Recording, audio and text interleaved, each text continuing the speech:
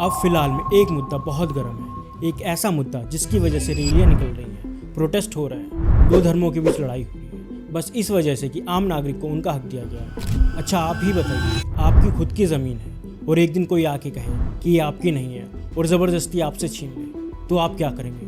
Police में जाएंगे? पर पुलिस उसका कुछ नहीं कर सकती। कोर्ट में जाएंगे? लगता है आप हार नहीं मानने वाले, पर कोर्ट भी उसका कुछ नहीं कर सकती। सुनने में जितना अजीब लग रहा है, कुछ यही सच्चाई है वक्फ की। वक्फ एक इस्लामिक कॉन्सेप्ट है जिसका मतलब होता है किसी प्रॉपर्टी या एसेट को परमानेंटली अल्लाह के नाम पर डेडिकेट कर देना, ताकि उसका इस्तेमाल सिर्फ धार्मिक काम या परोपकार के लिए हो। जब एक बार कोई प्रॉपर्टी वक्फ डिक्लेयर हो जाती है तो उसे ना बेचा जा सकता है, ना ही गिफ्ट किया जा सकता है और ना ही विरासत में दिया जा सकता है। इंडिया में ऐसी कई वक्फ प्रॉपर्टीज़ हैं जैसे कि मस्जिद, कब्रिस्तान, मदरसा और कुछ कमर्शियल बिल्डिंग भी, जो मुस्लिम कम्युनिटी के वेलफेयर के लिए डेडिकेट की गई हैं। इन प्रॉपर्टीज़ को मैनेज करने के लिए हर स्टेट में स्टेट वक्फ बोर्ड्स बनाए गए हैं जो वक्फ एक्ट के तहत काम करते हैं। पहला वक्फ एक्ट 1954 में आया था और इसे 1995 में अपडेट किया गया। इन बोर्ड्स का काम होता है वक्फ प्रॉपर्टीज़ को रजिस्टर करना, उनकी देखभाल करना, इनकम जो इन ज़मीनों से बने उसका सही इस्तेमाल करना और इलीगल इंक्रोचमेंट से बचाना। इन बोर्ड्स को सेंट्रल वक्फ काउंसिल गाइड करती है जो मिनिस्ट्री ऑफ माइनॉरिटी अफेयर्स के अंडर रजिस्टर्ड है।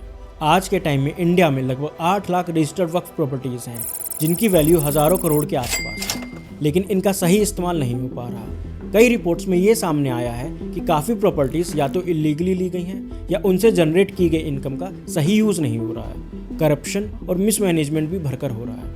लोगों का कहना है कि अगर इन सब का ढंग से यूज़ किया जाए तो मुस्लिम्स अपनी कम्युनिटी के लिए काफ़ी कुछ कर सकते हैं, पर अगर ऐसा हो जाए तो शायद कुछ लोगों को वो हजम नहीं होगा। सरकार की तरफ से वक्फ को जनरली पॉजिटिव सोशल इंस्टीट्यूशन के रूप में देखा गया है, लेकिन रिसेंट ईयर्स में ये टॉपिक एक पॉलिटिकल और लीगल टेंशन्स का कारण बन चुका है। कुछ स्टेट्स में वक्फ बोर्ड के लैंड क्लेम्स को लेकर इन्वेस्टिगेशन चालू हुई है, जहां लोग कह रहे हैं कि कुछ प्रॉपर्टीज़ पे वक्फ के नाम पर गलत तरीके से कब्जा किया गया है। एक तरफ जहां कुछ लोग वक्फ सिस्टम को प्रिजर्व करना चाहते हैं as a part of religious freedom, वहीं दूसरी ओर कुछ लोग इसमें सच्चाई और ईमानदारी की मांग कर रहे हैं। इंडिया जैसे बड़े देश में ज़रूरत है एक बैलेंस्ड अप्रोच की, जिसमें रिलीजियस राइट्स का सम्मान भी हो और पब्लिक इंटरेस्ट और लॉ का भी ध्यान रखा जाए। आज के टाइम में वक्फ सिर्फ एक रिलीजियस या कम्युनिटी मैटर नहीं रहा, बल्कि ये एक पॉलिटिकल और लीगल बैटलफील्ड बन चुका है। पिछले कुछ सालों में वक्फ प्रॉपर्टीज़ को लेकर जो डिबेट्स चली हैं वो काफ़ी शार्प और कंट्रोवर्शियल रही हैं और पार्लियामेंट तक इस पर काफ़ी हीटेड डिस्कशंस हो चुके हैं। सबसे पहले ये समझना ज़रूरी है कि रीसेंट कंट्रोवर्सी किस वजह से स्टार्ट हुई है। कई बीजेपी रूल्ड स्टेट्स ने वक्फ प्रॉपर्टीज़ के रिकॉर्ड्स को लेकर क्वेश्चन उठाए हैं। उन्होंने कहा है कि वक्फ बोर्ड ने जो लैंड अपने नाम क्लेम किया है उसमें ट्रांसपेरेंसी नहीं है। कई जगह लोगों ने कंप्लेन की है कि उनकी प्राइवेट प्रॉपर्टी या गवर्नमेंट लैंड को बिना उनकी परमिशन के वक्फ प्रॉपर्टी डिक्लेयर कर दिया गया या उस पर इलीगल कब्जा करा गया। ये क्लेम्स स्पेशली मध्य प्रदेश, कर्नाटका, महाराष्ट्र और उत्तर प्रदेश जैसे स्टेट्स में ज़्यादा हाईलाइट हुए हैं। 2022-23 में कर्नाटका में ये बड़ा मुद्दा तब बना जब एक एमएलए ने असेंबली में ये बोला कि वक्फ बोर्ड के पास लगभग 7 लाख करोड़ रुपए से ज़्यादा की प्रॉपर्टीज़ हैं जो मिसयूज़ हो रही हैं। उन्होंने ये तक कहा कि वक्फ एक state with in A state जैसा काम कर रहा है। ये स्टेटमेंट काफ़ी कंट्रोवर्शियल बन गया और पूरे देश में डिबेट शुरू हो गई। क्या वक्फ बोर्ड को इतना पावर मिलना चाहिए? क्या ये कॉन्स्टिट्यूशनल है भी या नहीं? इसके बाद पार्लियामेंट में भी इस इशू पर चर्चा हुई। राज्यसभा और लोकसभा दोनों में एमपीज़ ने वक्फ के स्ट्रक्चर, पावर्स और लैंड क्लेम्स को लेकर सवाल उठाए। कुछ एमपीज़ ने डिमांड किया कि वक्फ एक्ट को रिवाइज किया जाए और कुछ ने तो ये सजेस्ट किया कि वक्फ बोर्ड को ख़त्म ही कर दिया जाए या एटलीस्ट उसकी पावर्स पर लिमिटेशन डाली जाए।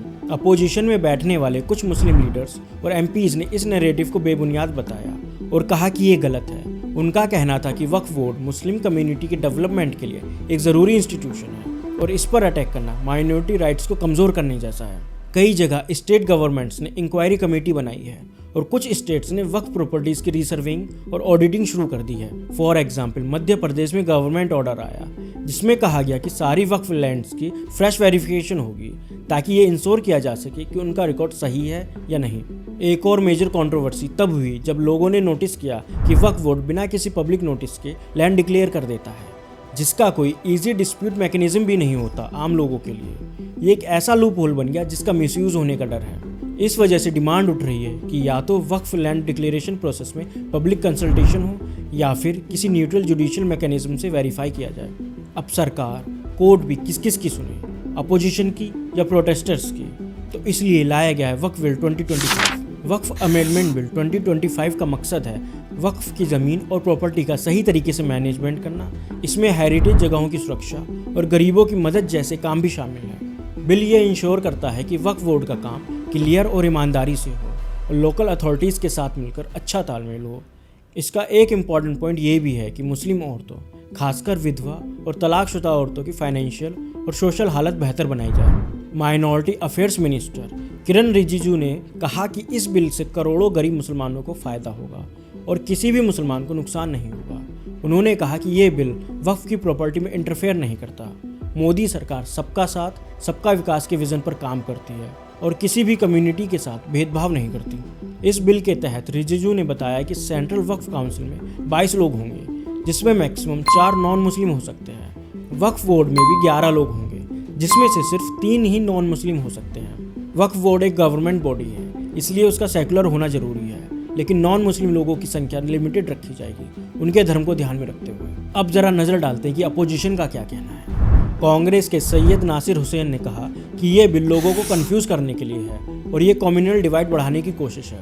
उन्होंने बोला कि बीजेपी ने वक्फ काउंसिल को बजट नहीं दिया और एम्प्लॉयज़ को सैलरी तक नहीं मिली। डीएमके, टीएमसी, आम आदमी पार्टी जैसी कुछ पार्टीज ने बिल को अनकॉन्स्टिट्यूशनल और एंटी सेकुलर कहा। मल्लिकार्जुन खड़गे ने भी इस बिल को अपोज किया और बोला कि इसमें कई कमियां हैं, लेकिन जेडीएस के एचडी देवगौड़ा ने इस बिल को सपोर्ट किया और कहा कि वक्फ प्रॉपर्टी का गलत इस्तेमाल अब तक होता आया है। बीजेपी के पार्टी प्रेसिडेंट जेपी नड्डा ने कहा कि ये बिल रिफॉर्म लाने के लिए है और उम्मीद नाम के इनिशिएटिव को सपोर्ट मिलना चाहिए, जिसका फुल फॉर्म है unified Waqf management, empowerment, efficiency and development. तो वहीं बीजेपी के राधा मोहन दास ने कहा कि कांग्रेस ने कभी गरीब मुसलमानों के लिए कुछ नहीं किया, लेकिन मोदी जी ने उनके भले के लिए ये बिल लाया है, तो अब कांग्रेस को चिढ़ मच रही है। रामदास अडवाल ने भी कहा कि ये बिल कॉन्स्टिट्यूशनल है और सभी माइनॉरिटी कम्युनिटीज़ को इंक्लूड करता है। कई लोगों ने इस बिल को लेकर अपनी गहरी चिंता व्यक्त की है, खासकर मुस्लिम समुदाय से जुड़े नेता और धार्मिक संगठनों ने। जमात उलेमा ए हिंद के प्रमुख मौलाना महमूद मदानी ने इस बिल का खुलकर विरोध किया। उन्होंने कहा कि सरकार वक्फ प्रॉपर्टीज़ को डायरेक्ट कंट्रोल करने की कोशिश कर रही है। पहले वक्फ डिस्प्यूट्स के लिए अलग ट्रिब्यूनल होते थे, लेकिन अब सरकार डिस्ट्रिक्ट कलेक्टर्स और अन्य गवर्नमेंट ऑफिसर्स को जिम्मेदार बना रही है, जो कि काबिल ही नहीं है। उनका कहना था कि ये एक तरह से मुस्लिम कम्युनिटी के रिलीजियस इंस्टीट्यूशंस का हक मारना है। बहुत से सोशल मीडिया यूजर्स भी कह रहे हैं कि ये बिल ज़मीन और जायदाद के मामले में मुस्लिम समुदाय की सेल्फ गवर्नेंस खत्म कर देगा। कुछ लोगों ने इसे एक और पसमंदा पॉलिटिक्स का हिस्सा कहा है, यानी गरीब मुसलमानों के नाम पर वोट बैंक की राजनीति। मौलानाओं का कहना है कि क्या हिंदू हम मुसलमानों को उनके मंदिरों में आने देंगे? क्या वो हमें उनके डिसीजंस लेने देंगे? तो हम क्यों उन्हें लेने दें? दूसरी तरफ सरकार और उनके समर्थक कह रहे हैं कि यह बिल गरीब मुसलमानों के भले के लिए है। कुछ लोग, खासकर पसमंदा मुस्लिम समुदाय, ये भी कह रहे हैं कि पहली बार उनकी सुनवाई हो रही है और वक्फ जैसे बड़े धन संपत्ति के संस्थानों में रिफॉर्म्स ज़रूरी हैं।